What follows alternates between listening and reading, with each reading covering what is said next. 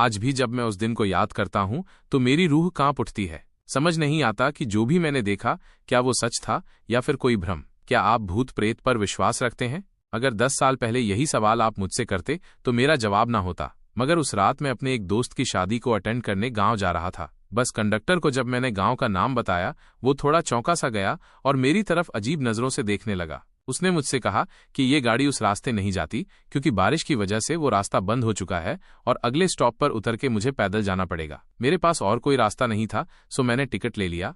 रास्ता बड़ा ही लंबा था, सो मैं थोड़ी देर के लिए सो गया। लगभग रात के 10 बजे गाड़ी उस स्टॉप पर पहुंची और मैं बस से उतरने लगा, लेकिन तभी बस कंडक्टर ने मुझे रोका। वह मुझे वहां पर ना उतरने की विनती करने लगा। उसके कहे अनुसार वो रास्ता बड़ा ही निर्जन था, लेकिन पहले ही मुझे बहुत देर हो चुकी थी, इसलिए कंडक्टर को धन्यवाद देते हुए मैं बस से नीचे उतर गया। मैंने मुड़कर देखा तो कंडक्टर अभी भी मेरी तरफ देख रहा था, मानो जैसे उसे मेरी बड़ी चिंता हो रही थी। बस निकल गई और उस सुनसान रास्ते में अकेला रह गया। बस के जाने के बाद वो रास्ता और भी सुनसान लगने लगा। अंधेरा काफी घना था और मेरे पास टॉर्च भी नहीं थी, सो मैंने अपने मोबाइल की लाइट ऑन की और जंगल के रास्ते की ओर बढ़ गया।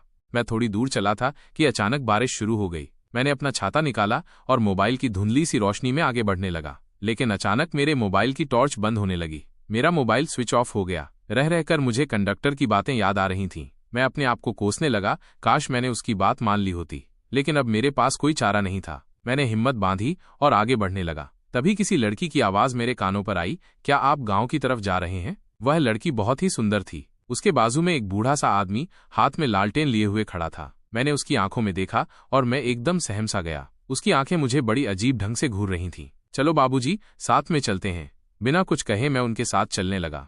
मुझे एक बात बड़ी अजीब लगी, इतनी बारिश हो रही थी लेकिन उनके पास छाता नहीं था। उस बूढ़े आदमी ने अपने पूरे बदन पर एक कंबल लपेट लिया था और वो लड़की तो बारिश में पूरी भीग चुकी थी। मैंने उसकी तरफ देखा, सच में वो बहुत ही सुंदर थी। जी, आप चाहें तो मेरा छाता ले लीजिए।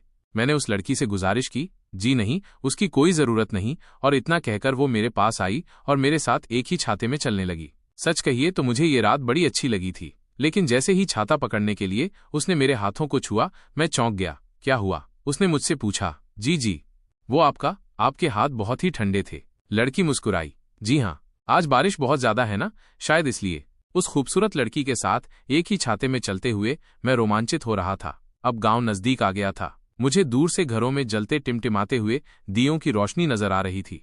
मैं उस रास्ते से आगे बढ़ा, लेकिन मैंने देखा कि वो लड़की और वो बूढ़ा आदमी एकदम से रुक गए। क्या हुआ? आप रुके क्यों? मैंने उनसे पूछा। आप गांव में नहीं आने वाले? जी, हम गांव नहीं आते। हमारा लॉज है यहाँ पर, कभी वक्त मिले तो आइएगा जरूर। उस लड़की के हाथों में छाता देके मैं आगे बढ़ा। अचानक मुझे याद आया कि मैंने उस लड़की का नाम तो पूछा ही नहीं। अपने आप को कोसता हुआ मैं पीछे मुड़ा और मेरे पांव तले जैसे जमीन खिसक गई। वहां पे कोई भी नहीं था। मैं आंखें फाड़ फाड़ कर देखने की कोशिश करने लगा। अचानक फिर से बिजली कड़की और फिर जो मैंने देखा, मैं आज तक उसे भुला नहीं पाया हूं। उनकी आंखें, उफ, उनमें तो जैसे जान ही नहीं थी, लेकिन फिर भी वो मुझे ही घूर रही थीं। चेहरा सफेद, मानो जैसे उनका खून ही सूख चुका हो। वो मेरी तरफ देखकर मुस्कुराई। उसके सारे दांत सड़ गए थे। हमारा लॉज है यहाँ पर, कभी वक्त मिले तो आइएगा जरूर। मैं आपकी राह देखूंगी। उसकी आवाज मानो किसी कब्र से आ रही हो, इतनी भयानक थी। मेरे हाथ पांव कांपने लगे। मुझे उस कंडक्टर की बताई हुई बात याद आ गई। उसने मुझसे कहा था कि रास्ते में अगर कोई पुकारे तो रुकिएगा मत। इतनी बारिश में भी मुझे पसीना आने लगा और फिर अपनी जान हथेली पर रखकर मैं वहां से भाग निकला। पता नहीं मैं कितनी देर भाग रहा था। गांव में पहुंचते ही मैं बेहोश होकर गिर गया। उसके बाद क्या हुआ मुझे नहीं पता, लेकिन 2 दिन बाद मुझे होश आया। तब मेरे दोस्त ने मुझे बताया कि पिछले 2 दिन से मुझे तेज बुखार था और मैं अपनी बेहोशी में अजीब अजीब बातें बड़बड़ा रहा था। मैंने अपने दोस्त को उस रात क्या हुआ वो सब बात बताई, जिसे सुनकर मेरा दोस्त भी घबरा गया। उसने मुझसे उस गांव में घटी हुई एक हकीकत बताई, जिसे सुनकर मेरे रोंगटे खड़े हो गए। वो कहानी कुछ इस प्रकार थी। उसी गांव में एक लॉज था, जिसे एक बूढ़ा आदमी और उसकी नातिन दोनों मिलकर चलाया करते थे।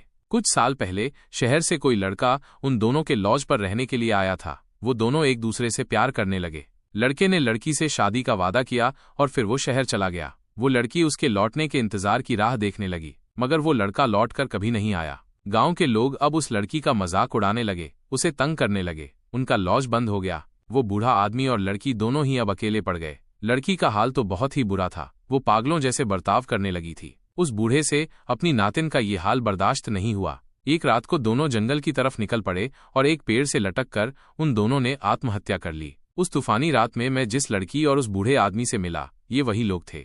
आज भी जब मुझे वो तूफानी रात याद आती है तो मैं चैन से नहीं सो पाता। अब आप ही बताइए, उस रात जो भी मैंने देखा या फिर महसूस किया, वो सच था या फिर मेरा भ्रम? हाँ, आपको क्या लगता है?